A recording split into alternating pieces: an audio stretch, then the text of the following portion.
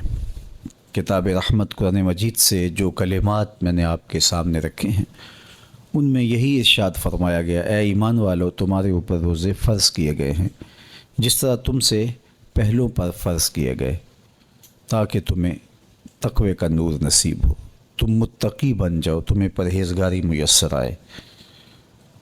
تو ہر امت پر کسی نہ کسی طرح سے روزے فرض کیے گئے تھے، لیکن اس امت کو کامل مہینے کے روزے نصیب ہوئے۔ روزہ فرض کیوں کیا گیا؟ سویر سے لے کر شام تک سب کچھ ہونے کے باوصف بھوک اور پیاس میں وقت گزارنا اور میسر ہونے کے باوجود ایک گھونٹ بھی حلق سے نیچے نہ اترنے دینا، آخر اس میں کیا حکمت تھی؟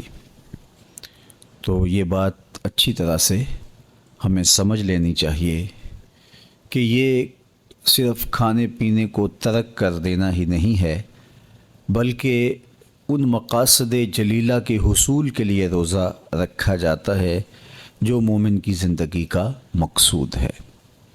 اور اگر کوئی شخص کھانا پینا تو ترک کر دیتا ہے لیکن ان امور سے نہیں رکتا جن امور سے روکنا ان روزوں کا مقصود تھا، تو اس کا روزہ نہیں کہلاتا۔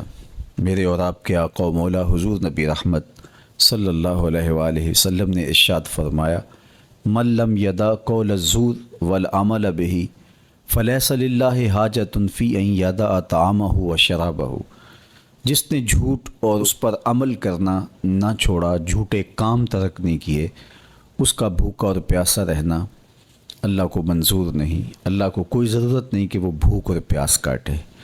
روزے میں تو ان امور سے بھی روک دیا گیا جو امور عام زندگی میں جائز تھے، جو مشروع تھے، مباح تھے، لیکن روزے میں ان جائز مباح امور سے بھی منع کر دیا گیا۔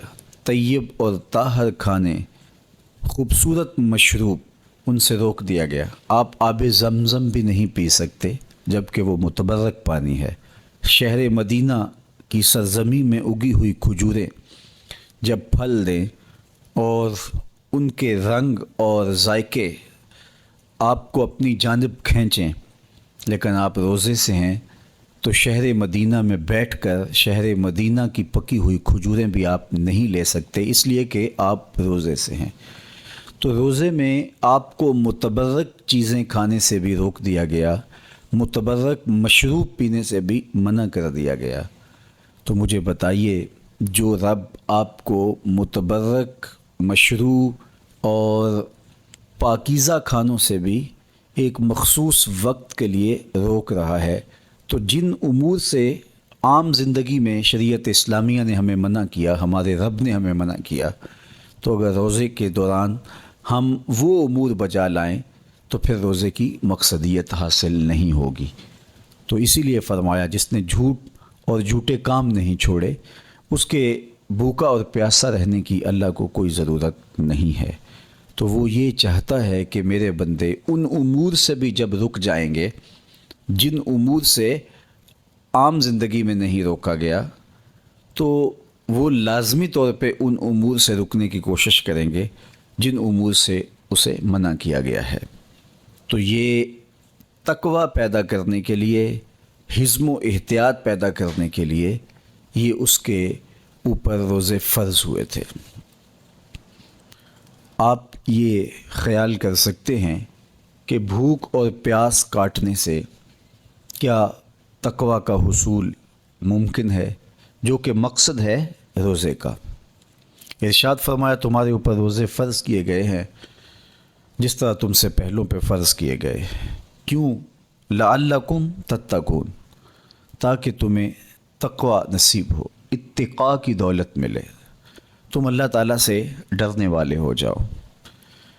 تو کیا بھوک اور پیاس کاٹنے سے اللہ کی خشیت، اللہ تعالیٰ کا خوف حاصل ہوتا ہے؟ تو ایک تو بات وہی جو میں نے ابھی کہی کہ جب آپ ان امور سے بھی رک جائیں گے جن امور کو عام زندگی میں مباح رکھا گیا ہے، تو پھر آپ شعوری طور پہ ان چیزوں سے کیوں نہیں رکیں گے جو عام زندگی کے اندر بھی منع کیے گئے ہیں۔ تو جب یہ چیز انسان کا فہم، انسان کی عقل اور انسان کی خرد طے کرتی ہے، تو پھر لامحالہ طور پہ رکنے کی عادت اس کے اندر تقوی کی نشأت کا ذریعہ بنتی ہے۔ آپ نے عمومی طور پہ دیکھا ہوگا کہ رمضان المبارک کا ماہ نور جب اختتام کو پہنچتا ہے اور عید کے دن ہمارے سامنے عید کے 2-4 دن بھی یہ مشق رہتی ہے، اچانک کوئی مشروب آیا اور پینے لگے تو رک گئے، وہ کہیں ہمارا روزہ تو نہیں، لیکن پھر خیال آتا نہیں ہم روزے تو نہیں ہیں، آج تو عید کا دن ہے، تو ہم پی لیتے ہیں۔ چونکہ پورا مہینہ دن بھر ہم مشروبات سے رکے رہے اور آج بھی دن کے اجالے میں ہمیں پانی دیا گیا تو ایک دم ہمیں جھجک پیدا ہوئی، لیکن پھر ہمیں یاد آیا کہ اب روزے بیت گئے ہیں اور میں روزے سے نہیں ہوں۔ تو جو چیز جائز اور مشروع تھی اس میں ایک وقت کے لیے اس چیز سے بھی ہم رکے تو ہماری طبیعت کے اندر یہ ملکہ پیدا ہو گیا کہ ہم اس سے رکنے کا مزاج پیدا کر لیتے ہیں۔ تو اگر ہم ان امور سے رک جاتے ہیں جن کو شریعت اسلامیہ نے منع کیا ہوا ہے، تو پھر دوبارہ جب اس کو کرنے لگتے ہیں تو پھر ہمارا ہاتھ بھی رکے گا، اور پھر ہم مستقل اپنے ہاتھ کو روک سکتے ہیں کہ ہاں میاں یہ روزے میں بھی چیزیں منع تھیں اور روزے کے بعد بھی یہ چیزیں ہمارے اوپر منع ہیں۔ تو ایک ملکہ پیدا ہو جائے گا ان امور منہیات سے رکنے کا، ان سے باز رہنے کا۔ تو گویا یہی تقوی ہے کہ جو اللہ جل شانہ نے ہمارے اوپر حرام کیا ہے اس سے ہم رک جائیں، جس کام کے کرنے کا حکم دیا ہے اس کام کو ہم بجا لائیں۔ کسی نے تقوی کی یہ تعریف کی اور کتنی خوبصورت تعریف کی کہ جہاں تمہارا رب تمہیں دیکھنا چاہتا ہے تم وہاں پائے جاؤ، اور جہاں تمہارا رب تمہیں نہیں دیکھنا چاہتا وہاں تم نہ پائے جاؤ، تو یہ تقوی ہے۔ تو اس لیے روزے کا مزاج ہمیں تقوی دیتا ہے۔ اور دوسری بات، بھوک اور پیاس کے مسلسل گوارا کرنے سے انسان کی خواہشات دبتی ہیں اور نفس امارہ کمزور ہوتا ہے۔ ہمارے 2 دشمن ہیں جو ہمیں جادہ مستقیم سے بھٹکانے کے لیے دن رات کوشاں ہیں، ایک نفس اور دوسرا شیطان۔ شیطان ہمیں راہ حق سے بہکانے میں لگا رہتا ہے، لیکن شیطان جب خود شیطان بنا تو اس وقت کوئی دوسرا شیطان نہیں تھا جس نے اس کو شیطان بنایا، بلکہ وہ نفس تھا جس نے شیطان کو شیطان بنایا۔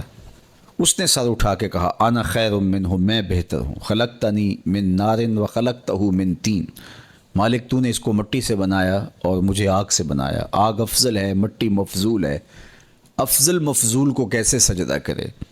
تو میں تو سجدہ نہیں کرتا۔ باقاعدہ ایک دلیل لے کے نفس کھڑا ہو گیا، اس نے ایک حجت تراش لی اور کہا کہ نہیں، میں اس تیرے شاہکار کو سجدہ نہیں کروں گا، جبکہ حکم اس کا تھا جو اس شاہکار کو بنانے والا تھا، حکم اس کا تھا جس نے اس کے وجود کو پیدا کیا تھا، لیکن اس دلیل پر اس کے نفس کو تسکین پہنچی اور اس نے کہا کہ میں بہتر ہوں اور میں اس کو سجدہ نہیں کروں گا۔ اللہ تعالیٰ نے راندہ درگاہ کر دیا، تو اس نے اللہ کے حضور قسم کی کہ مجھے تیری عزت کی قسم، میں تیرے بندوں کو تیرے تک نہیں پہنچنے دوں گا، ان کے چاروں طرف سے ان پر حملہ آور ہوں گا اور ان کو راہ مستقیم سے ہٹا دوں گا۔ تو نفس وہ بڑا دشمن ہے جو شیطان کو شیطان بنانے والا ہے۔ اب ہمارے یہ دشمن مستقل ہمارے ساتھ جڑے ہوئے ہیں اور ہمیں جادہ حق سے، راہ مستقیم سے ہٹانے کے لیے کوشاں رہتے ہیں۔ ماہ صیام میں کیا ہوتا ہے؟ جس طرح کہ آپ نے ابھی حضور علیہ السلام کی مبارک حدیث کا مفہوم سنا کہ جب ماہ صیام آتا ہے تو جنت کے دروازے کھول دیے جاتے ہیں، جہنم کے در بند کر دیے جاتے ہیں اور شیاطین جکڑ دیے جاتے ہیں، وسلسلۃ الشیاطین، تو شیاطین جکڑ دیے جاتے ہیں۔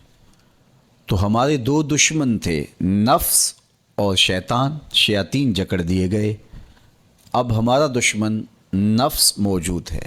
نیکی کا جو ماحول پیدا ہوا، آپ نے دیکھا کہ عام نمازوں کے اندر بھی جو لوگ شامل نہیں ہوتے تھے صلاۃ و تراویح میں کھڑے دکھائی دیے، اور ابھی نماز فجر کے اندر جو ہجوم عاشقاں آپ کو دکھائی دے گا، دل باغ باغ ہو جائے گا۔ اس طرح پانچوں نمازوں میں نیکی کا ماحول پیدا ہو جانا، صدقہ و خیرات کا ماحول پیدا ہو جانا، طبیعتوں میں رفق اور نرمی کا آ جانا، اور بہت ساری چیزیں ہیں جو ماہ صیام کی برکت سے ہمارے اندر پیدا ہوتی ہیں۔ تو یہ ماحول جو خیر کا، بھلائی کا، رحمت کا، نیکی کا پیدا ہوتا ہے، یہ شیاطین کے بند جانے کی وجہ سے ہوتا ہے۔ اور اس کے باوجود بھی بہت برائیاں موجود ہیں۔ ماہ صیام کے اندر گراں فروشی ہے، ذخیرہ اندوزی ہے، کم تولا جا رہا ہے، رشوت کا بازار گرم ہے، بہت سارے ایسے معاملات ہیں جو اسی طرح ہو رہے ہیں۔